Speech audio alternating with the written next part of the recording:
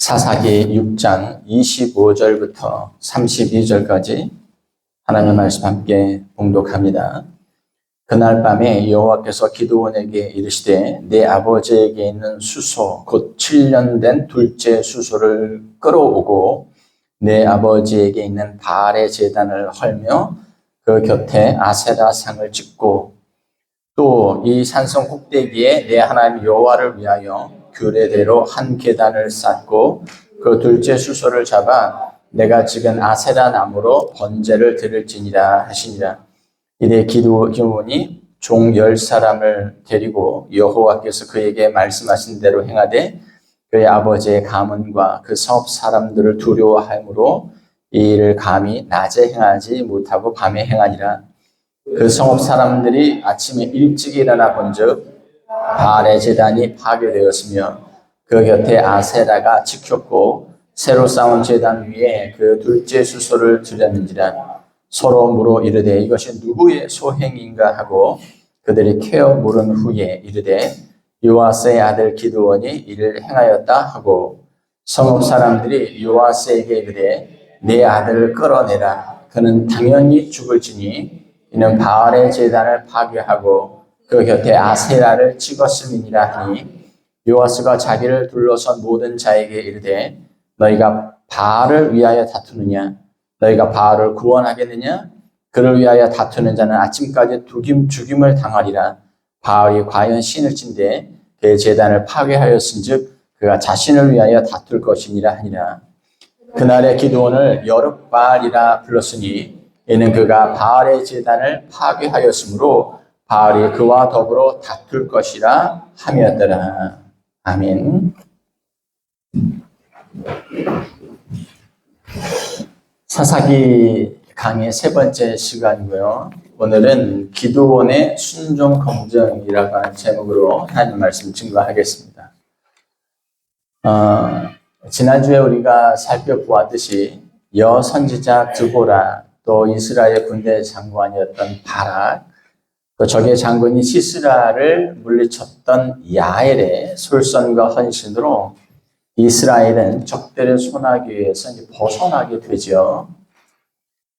그런데 그렇게 잠시 찾아온 평화의 시기에 이스라엘은 또다시 우상숭배에 빠지게 됩니다. 그리함으로 하나님이 이번에는 그들을 미디안의 손아귀에 던져놓으셨습니다. 우리 읽지는 않았지만 6장 1절 2절에 보면 이렇게 되어 있어요. 이스라엘의 자손이 또 여호와의 목전에 악을 행하였으므로 여호와께서 7년 동안 그들을 미디안의 손에 넘겨주시니 미디안의 손이 이스라엘을 이긴지라. 그런데 미디안은 이스라엘을 완전히 점령하려 하기보다 마치 해적처럼 아니면 산적들처럼 이따금씩 이스라엘의 진영으로 들어와서 그들의 삶의 터전을 짓밟고 약탈해 가기를 일삼았습니다. 물론 이스라엘은 방비를 한다고 했지만 그 미디안을 대항하기에는 역부족이었어요. 2절부터 4절까지 보면 이렇게 되어 있습니다. 이스라엘 자손이 미디안으로 말미암아 산에서 웅덩이와 굴과 산성을 자기들을 위하여 만들었으며 그런데 이스라엘이 파종하는 때가 되면 미디안과 아말렉과 동방 사람들이 치러 올라와서 진을 치고 가사에 이르도록 토지 소산을 멸하여 이스라엘 가운데 먹을 것을 남겨두지 아니하며 양과 소나 나귀도 남기지 아니하니 이렇게 되어 있어요. 적들에게 자신들의 소산물을 빼앗기지 않기 위해서 곡식이나 가축들을 빼앗기지 않기 위해서 웅덩이도 파고 또 굴도 만들고 산성을 구축하기도 했지만 그러나 적들의 침입과 약탈을 막기에는 역부족이었다고 하는 거죠. 시식대 때마다 와서는 파종한 밭들, 논들 다 엉망으로 만들고 추수하는 때면 또 그렇게 피땀 흘려 거둬들인 결실인 그 소산물들 다 가져가고 양들 소들을 다 훔쳐가고 견딜 수가 없는 거죠. 그런 상황입니다. 여러분, 그들이 방비를 한다고, 대책을 세운다고, 나는 나와 내 가정의 삶을 보호할 거야 하고 웅덩이와 굴과 산성들을 쌓았어도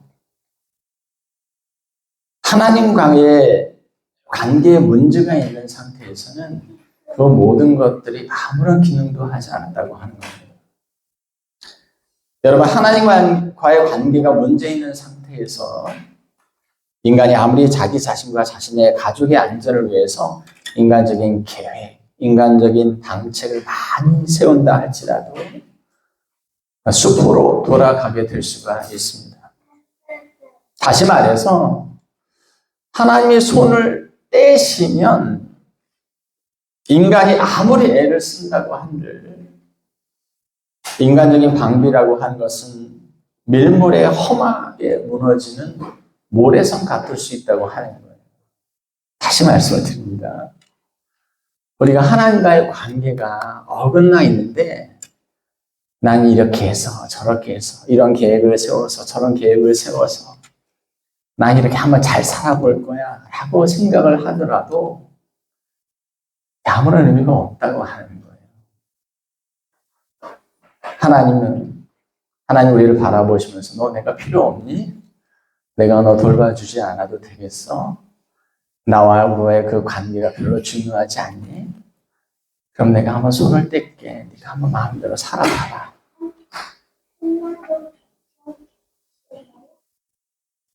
여러분, 그래서 시편의 기자는 이렇게 고백하고 있는 겁니다.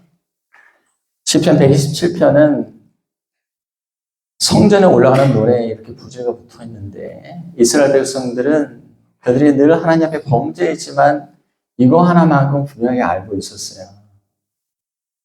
하나님께서는 나와 내 가족의 삶을 붙들어 주지 않으면 내가 아무리 노력하고 애쓴다 할지라도 다 숲으로 돌아갈 수 있겠구나 하는 겁니다. 그래서 명절에 하나님의 성전에 있는 그런 예루살렘에 올라가고 집으로 돌아가는 그 순례길에 불렀던 찬송 가운데 하나가 시편 117편인데 1절에서 시인은 이렇게 얘기합니다.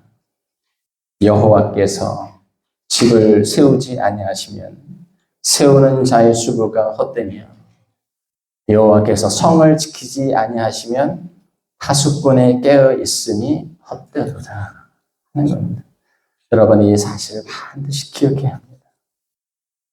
하나님과의 관계가 바로 되어 있지 않으면 내가 아무리 열심히 산다 한들 아무런 결실도 거둘 수 없게 될 수 있습니다. 미디안에게 고통과 약탈을 당했던 이스라엘 백성들은 이번에도 하나님께 도움을 요청하며 부르짖습니다. 6절에 보면 이스라엘이 미디안으로 말미암아 궁핍함이 심한지라 이에 이스라엘 자손이 여호와께 부르짖었더라. 우리가 사사기의 말씀을 우리가 지금 살펴보고 있지만 이런 말씀이 계속적으로 반복되는 것을 읽으면서 우리도 짜증이 나죠. 사사기에는 패턴이 있다고 그랬어요.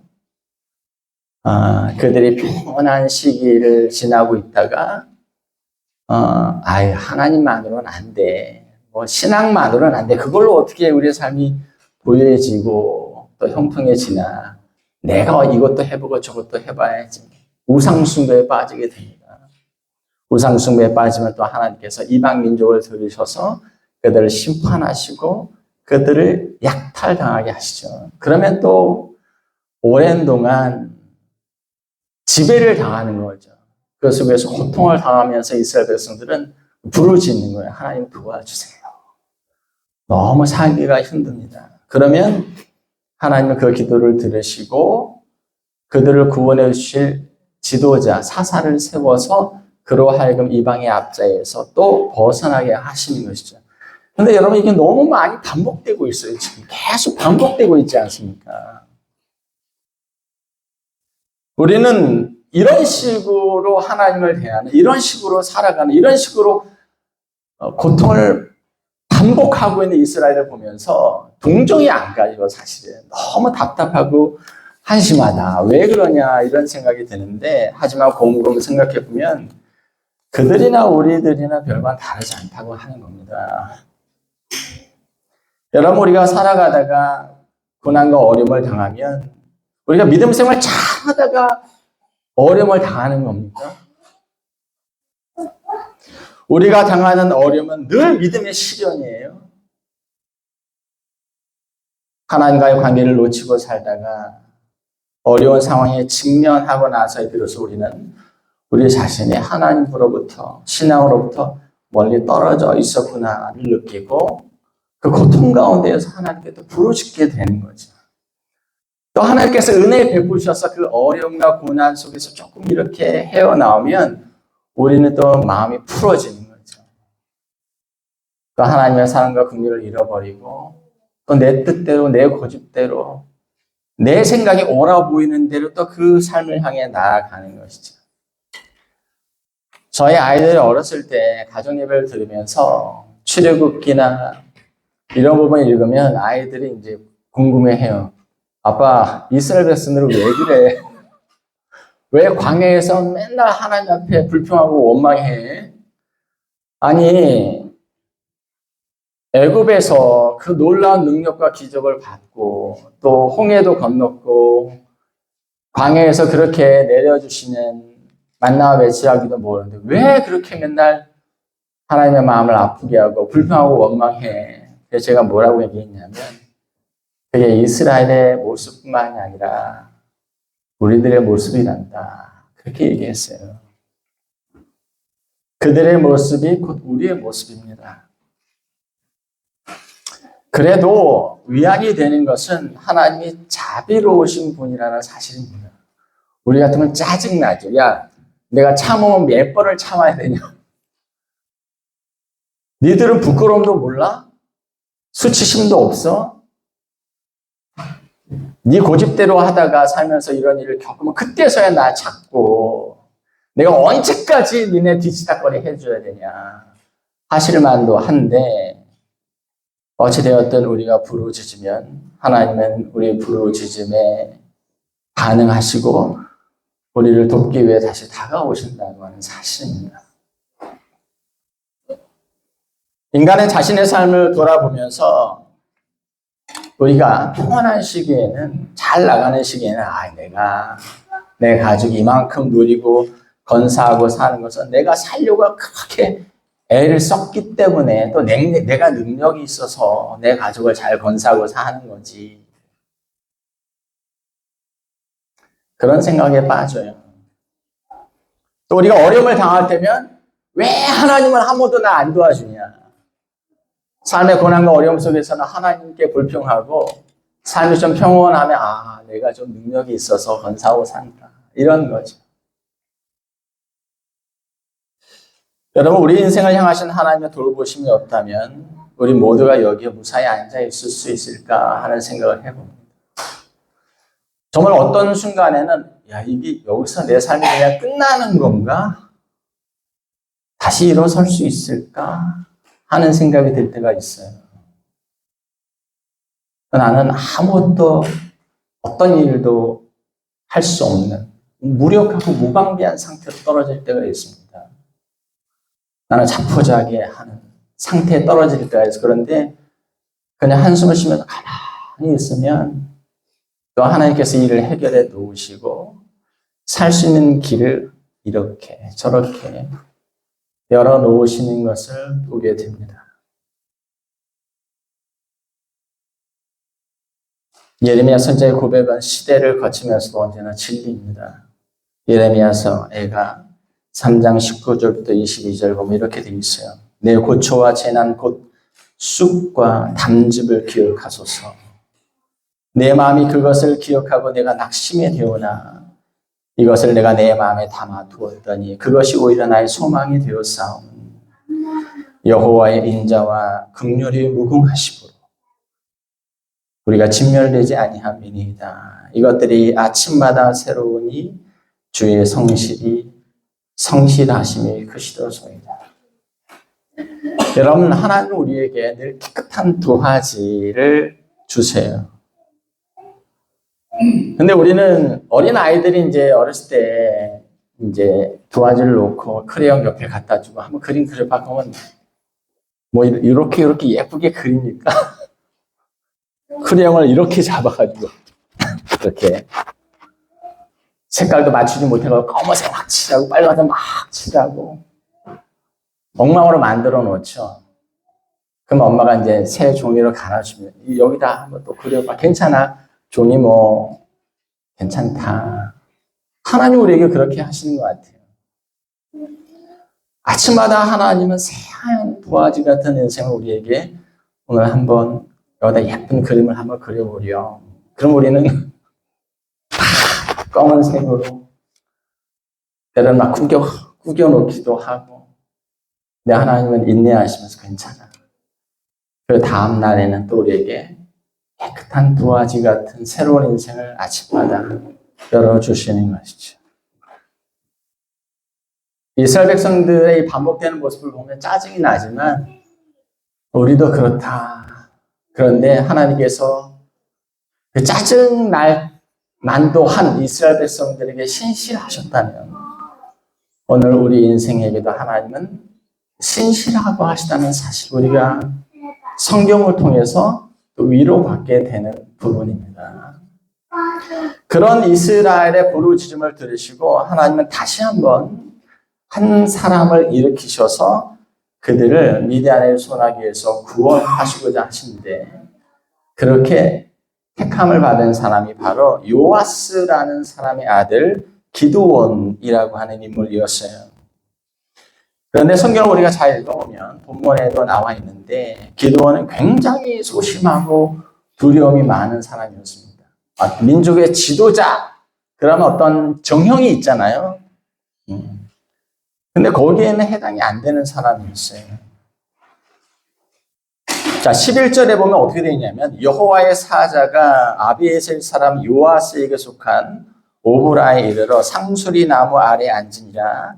마침 요아스의 아들 기드온이 미디안 사람에게 알리지 아니하려 하여 밀을 포도주 틀에서 타작하더니 이렇게 되어 있는데 무슨 말씀이냐면 미디안이 아마 추수를 하려고 했던 것 같아요. 그런데 아까도 얘기했듯이 혹시나 미디안 사람들이 또 쳐들어와가지고 내가 추수하는 이걸 다 확 악탈해 갈까봐 남이 보지 않는 곳에서 그 곡식을 다 거둬들인 걸 이제 털어야 되잖아요. 그거를 추수를 해야 되니까 조심조심 소리 안 나게. 옛날에도 그 탈곡기를 썼는지 모르겠는데 소리 안 나게 나다를 털었다는 거예요. 들키면 다 가져갈까봐.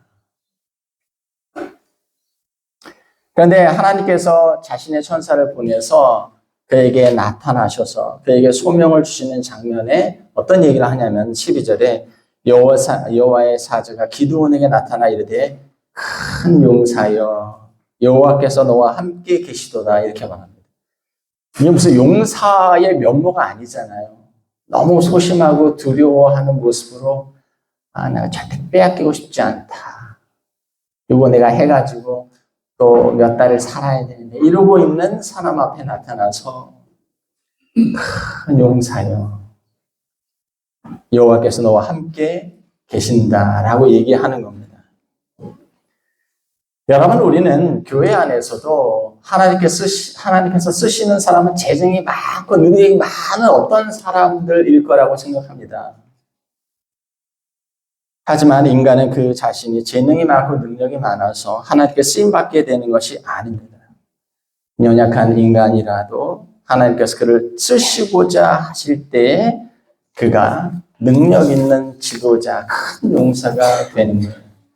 하나님은 자기 백성 이스라엘을 구원하시기 위해서 겁이 많고 소심한 이 사람에게 다가오셔서 내가 널 민족의 지도자로 세우기를 원하는데 응답하라. 이건 이제 소환이라고 합니다. 소환. 하나님, 나 지도자가 되겠습니다. 나 공부도 잘하고 이것도 잘하고 저것도 하나님은 그런 사람을 세우는 게 아니라 하나님께서 쓰시고자 원하는 사람에게 다가오셔서 얘기하십니다. 너 내일 좀 할래? 내일 좀 할래라고 부르세요. 여러분, 하나님께서 여러분들에게 다가오셔서 여러분들 마음속에 나 이거 말고 좀 하나님께서 기뻐하시는 일을 하다 가고 싶다 하는 마음이 어느 순간 난 한 번도 그런 부분에 대해서 생각해 본 적이 없는데 그런 마음이 딱 들거든. 혹시 하나님 나에게 주시는 음성인가? 하나님이 나를 부르시는 건가? 라고 깊이 생각을 해 보셔야 해요. 나는 이것도 못하고 저것도 못하고 저것도 준비가 안 되고 그건 아무런 문제가 되지 않습니다. 그 하나님의 소원하심에 우리가 예스라고 응답하면 거기에 필요한 재능과 은사와 능력을 하나님께서 주세요. 그걸 믿으셔야 합니다. 하나님의 기드온을 민족의 지도자로 세우려 하셨습니다. 하지만 기드온은 내가 날 봐도 쫄본데 뭐 이스라엘을 위해서 이렇게 한다는 게 도저히 너무 부담이 되는 거죠. 그래서 그는 거절할 의도로 변명을 늘어놓는데 14절 15절은 이렇게 되어 있어요.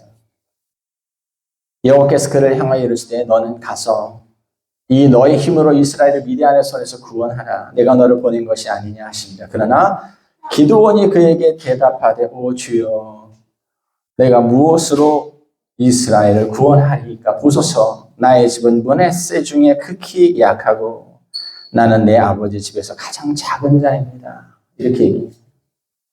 나는 아무것도 볼 것이 없고 재능도 없고 능력도 없고 나는 거기에 합당하지가 않아요. 나 하고 싶지 않아요 이거죠. 그만큼 굉장히 위축되어 있어요. 그럼에도 하나님은 물러서려고 하지 않으셨습니다.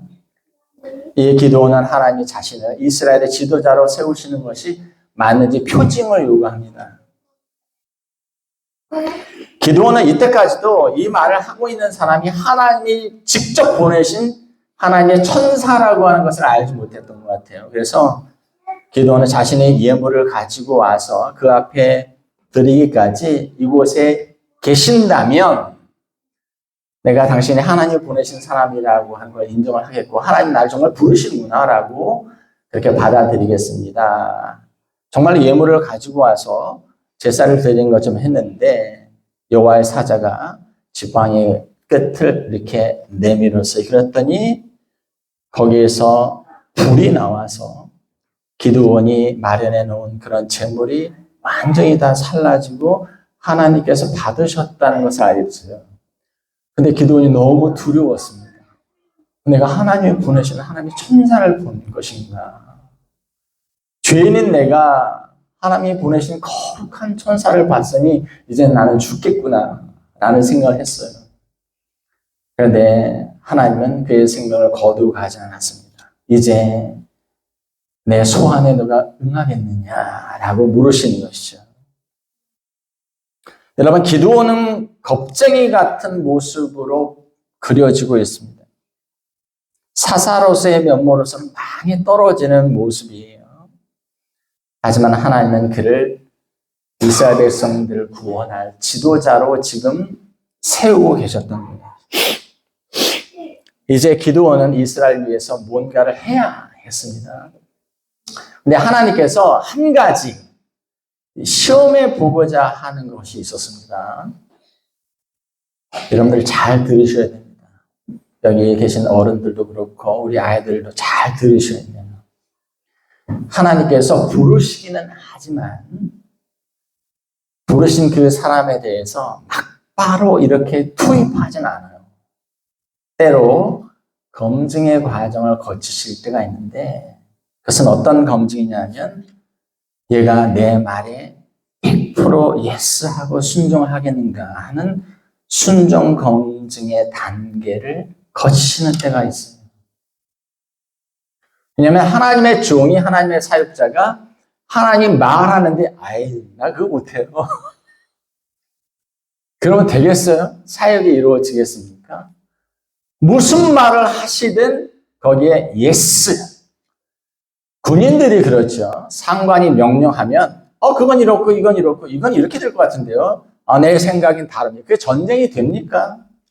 안 되죠. 예, 알겠습니다. 내 머리로 이해되지 않을지라도 뭐 작전에 대한 여러 가지 설명들을 다 할 수 없기 때문에 어떤 때는 비밀스러운 어떤 부분이 있기 때문에 이렇게 몇 날 몇 시까지 어디 가서 어떤 작전을 펼쳐라 하면 마음으로는 왜 그렇게 하지 하는 생각이 있지만 뭔가 뜻이 있어서 생각이 있어서 수행하라 하는구나.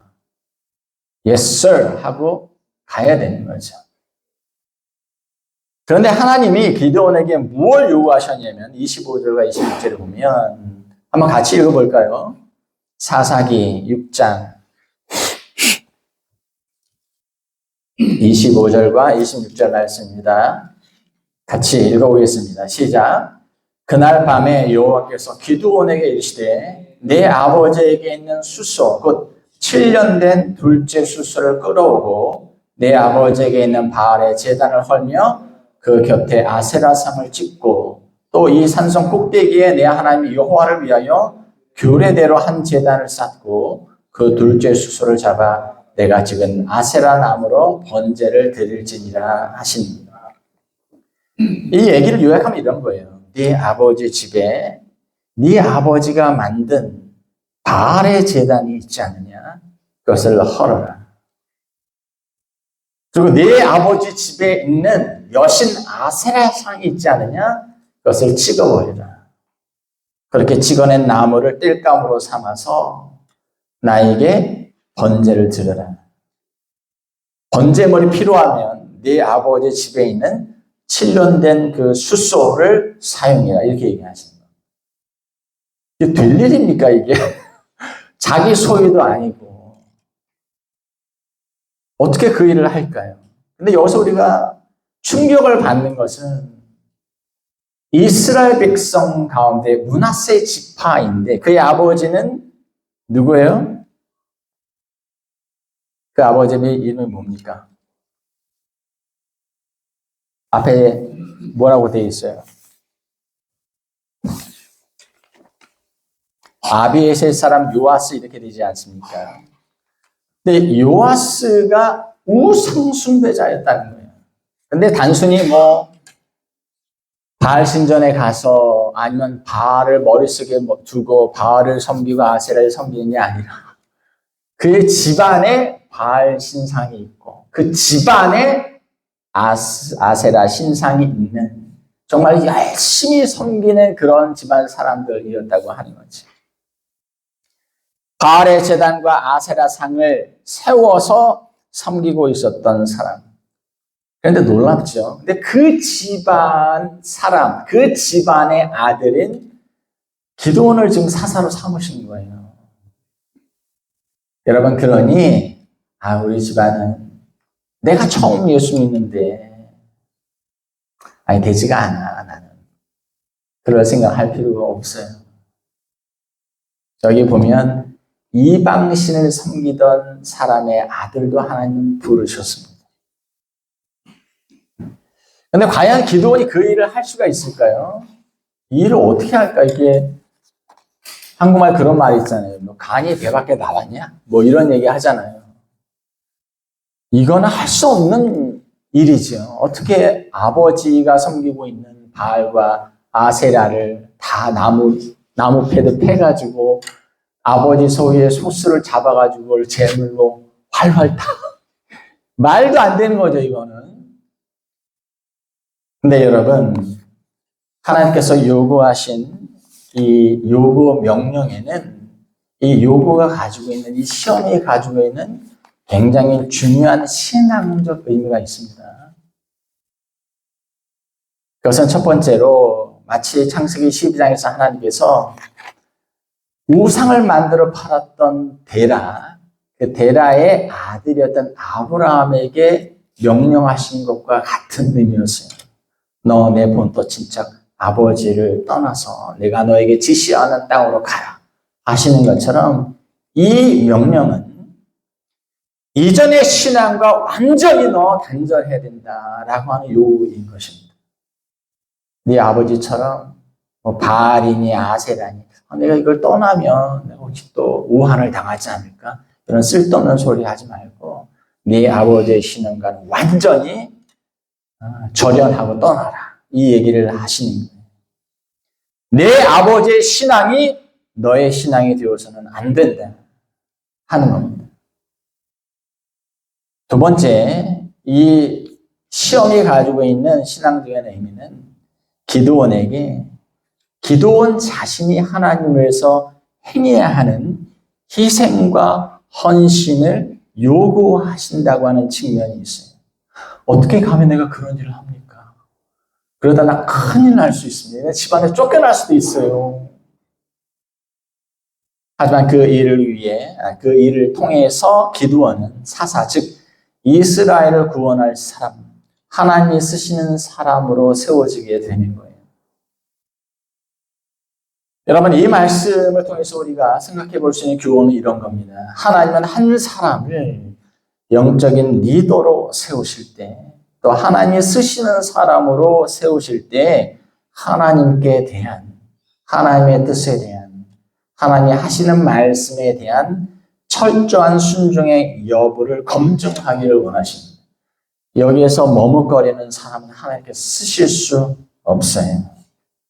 그리고 여기서 그 순종의 여부는 반드시 내 자신이 직접 희생하고 헌신하는 것을 통해서만 이루어질 수 있는, 통과될 수 있는 성격의 순종이라고 하는 것입니다. 적당히 따라하는 그런 흉내만 내도 되는 그런 순종이 아니에요. 자신의 안전을 완전히 걸어야 되는 순종을 요구하시는 경우가 있습니다. 여러분, 기드온이 이 하나님의 명령에 순종하지 못했다면 그럼에도 하나님께서 그를 영적 지도자로 계속적으로 세우기를 원하셔서 그 부르심을 소환의 명령을 철회하시지 않는다면 기드온에게 일어나는 일은 뭐냐면 그가 순종함으로 하나님 앞에 철저히 희생과 헌신을 통한 순종의 모습이 보일 때까지 반복되는 겁니다. 인생이 반복돼요. 계속. 이건 내가 안 돼. 그럼 내가 위태로워지잖아. 내가 손해보잖아. 해서 믿음을 발동하지 못하면 다시 원위치.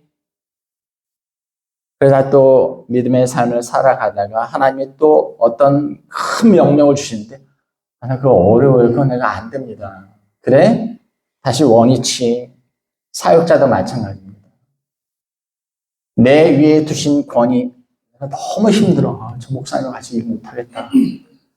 나는 교회를 옮겨야 되겠어. 그럼 옮기면 나한테 맞는 목회자를 만날까요? 아닙니다.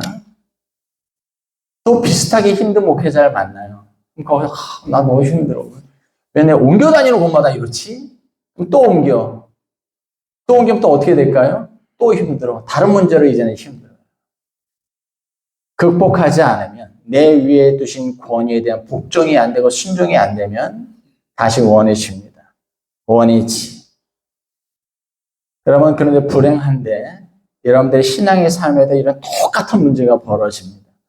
하나님, 나 그건 안 돼요. 다른 건 하겠지만 그것만큼은 내가 안 됩니다. 그래? 그럼 원위치. 때는 믿음이 조금 더 잘하는 것 같아요. 그런데 그 비슷한 문제에 또 달아들게 됩니다. 어떻게 할래? 나 안 돼요. 나 그 문제만큼 안 돼. 그래? 그럼 다시 원위치. 어떻게 되느냐? 결단해야 해요. 희생과 헌신을 결단하고, 야, 죽게 하겠냐? 이번엔 내가 뒤로 물러서지 않겠다 하고 결단을 내리면 넘어가게 돼요. 그러면 그 다음 단계로 갈 수 있어요. 그 단계가 안 되면 우리는 평생 내 나이가 60이 됐든 70이 됐든 80이 됐든 하나님 앞에 갈 때까지 그런 원위치.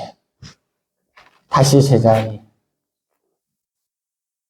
내 기도원은 이 일을 수행을 합니다. 하지만 기도원다운 모습으로 수행합니다.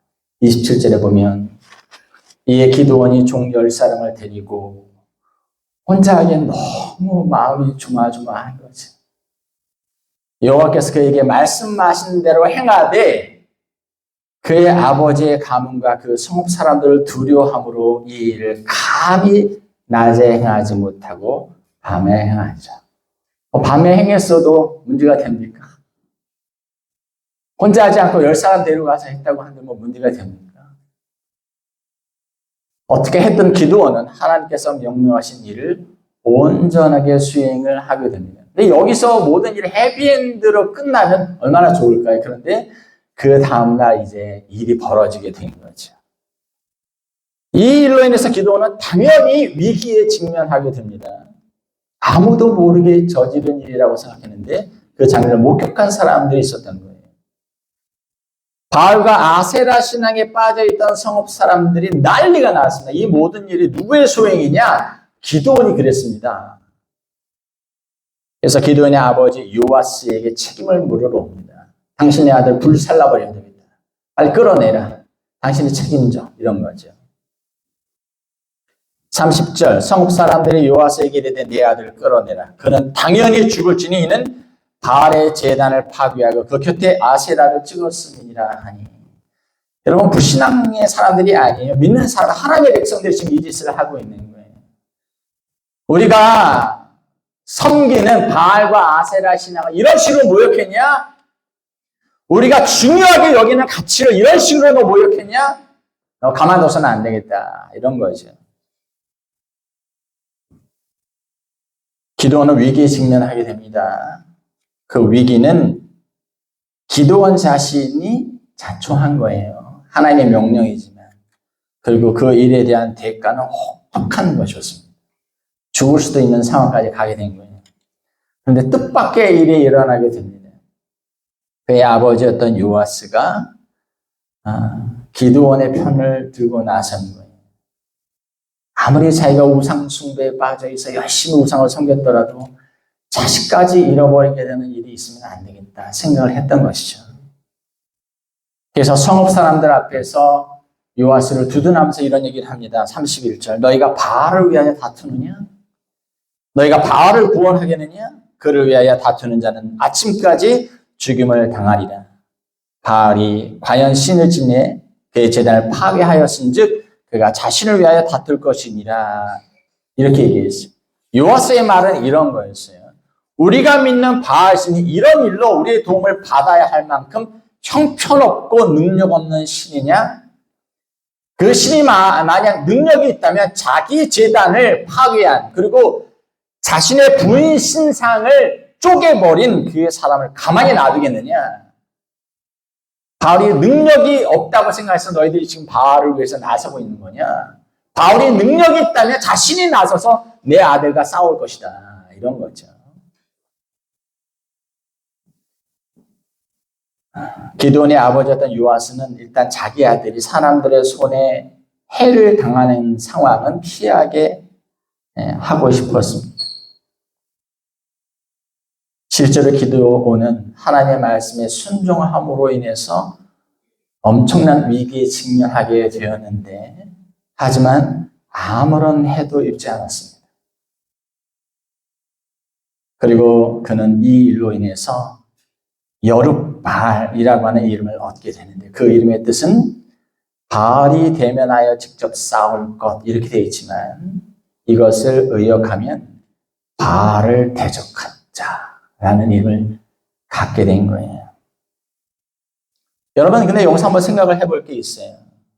기드온이 이 일을 행하면서 자신이 바알의 제단을 파괴하고 아세라 신상을 찍어내더라도 아버지가 나를 보호해 줄 거야 라는 생각을 했을까요? 아니요, 그렇지 않겠죠. 내가 어떻게 그런 일을 합니까? 우리 아버지가 알면 나를 가만히 안 둘 거예요. 만약 아버지가 그래 날 보호해 줄 거야. 일이 이렇게 끝날 걸 알았다면 아무런 일도 일어나지 않고 자신이 바알에게 아세라에게 그런 일을 행하더라도 자신은 안전할 것이라고 하는 것을 미리 알았다면 얼마나 더 손쉽게 기드온은 순종할 수 있었을까요?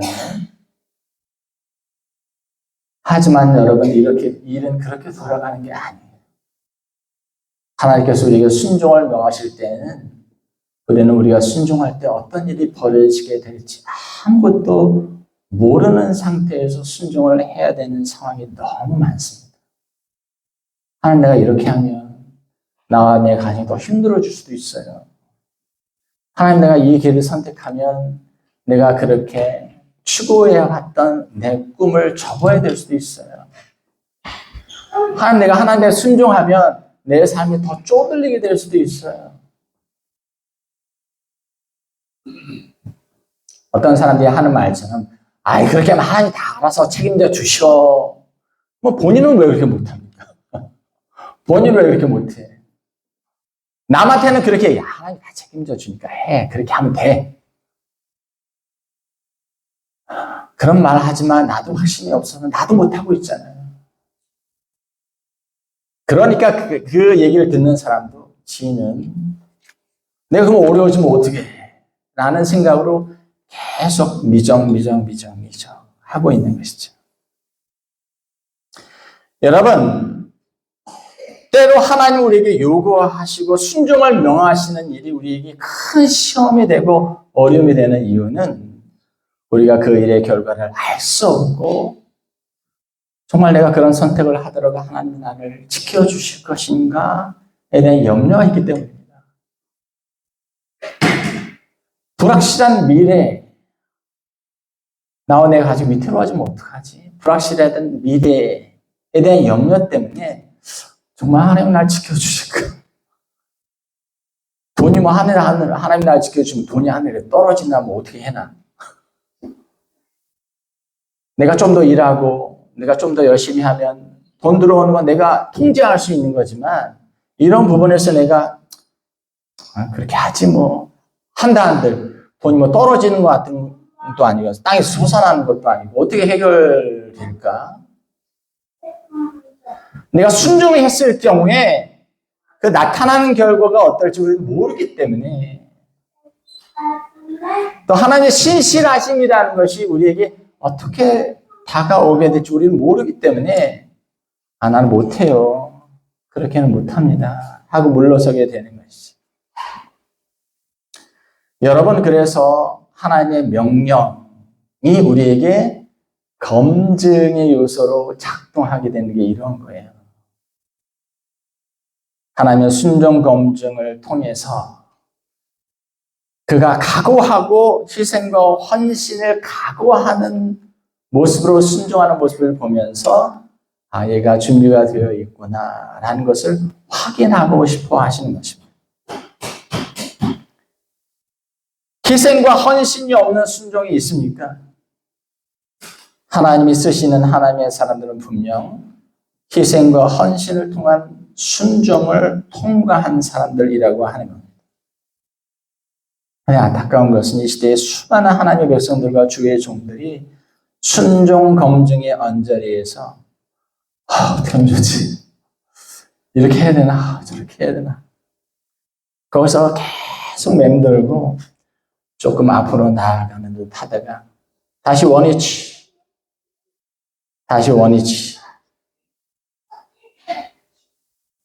통과하지 못하고서는 다음 단계로 넘어갈 수 없는 것이 영적인 원리입니다. 여러분, 우리가 순종할 때 하나님 꼭 지켜주셔야 돼요. 나를 붙잡아 주셔야 돼요. 안전에 대한 확답이 필요합니까? 아닙니다. 불확실하기 때문에 하나님께 대한 온전한 믿음과 신뢰가 필요합니다. 어떤 목사님이 아이를 키우면서 그 아이가 행하는 일을 보면서 자신이 깊이 이런 부분에 감동을 받았다고 얘기해요. 그러니까 집에 보면 2층으로 올라가는 길에 계단이 있잖아요. 근데 아이가 거기서 이제 어릴 때부터 펄쩍펄쩍 뛴다는 거죠. 그러니까 아빠한테 자기를 붙잡아 달라고. 근데 한 층, 두 층, 거기서 뛰어서 나한테 안기면 그 바닥에서 뭐가 어렵겠어요. 근데 서너 계단에서 아이가 뛴다.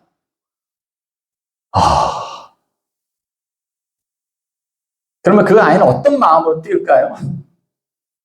아빠가 날 받아줄까?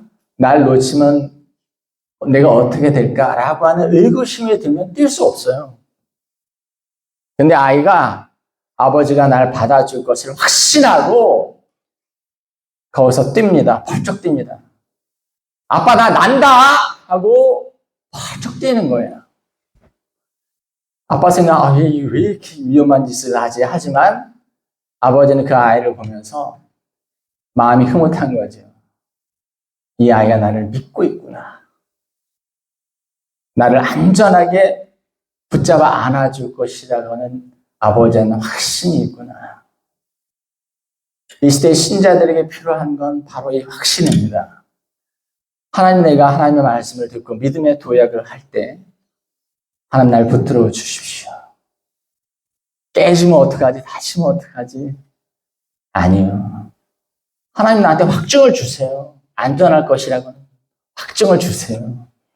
확증을 요구하기보다 하나님, 내가 하나님에 대한 신뢰와 믿음이 부족합니다. 내 온전한 믿음과 신뢰를 주십시오 하는 기도가 더 필요한 이유입니다. 이제 기드온은 이 일을 계기로 하나님께서 자신을 확실히 이스라엘의 지도자로 세우셨다는 것을 확신하고 여호와 하나님의 명령을 따라 이스라엘을 미디안의 압제에서 구원하는 인물이 될 것입니다. 오늘 말씀을 정리합니다.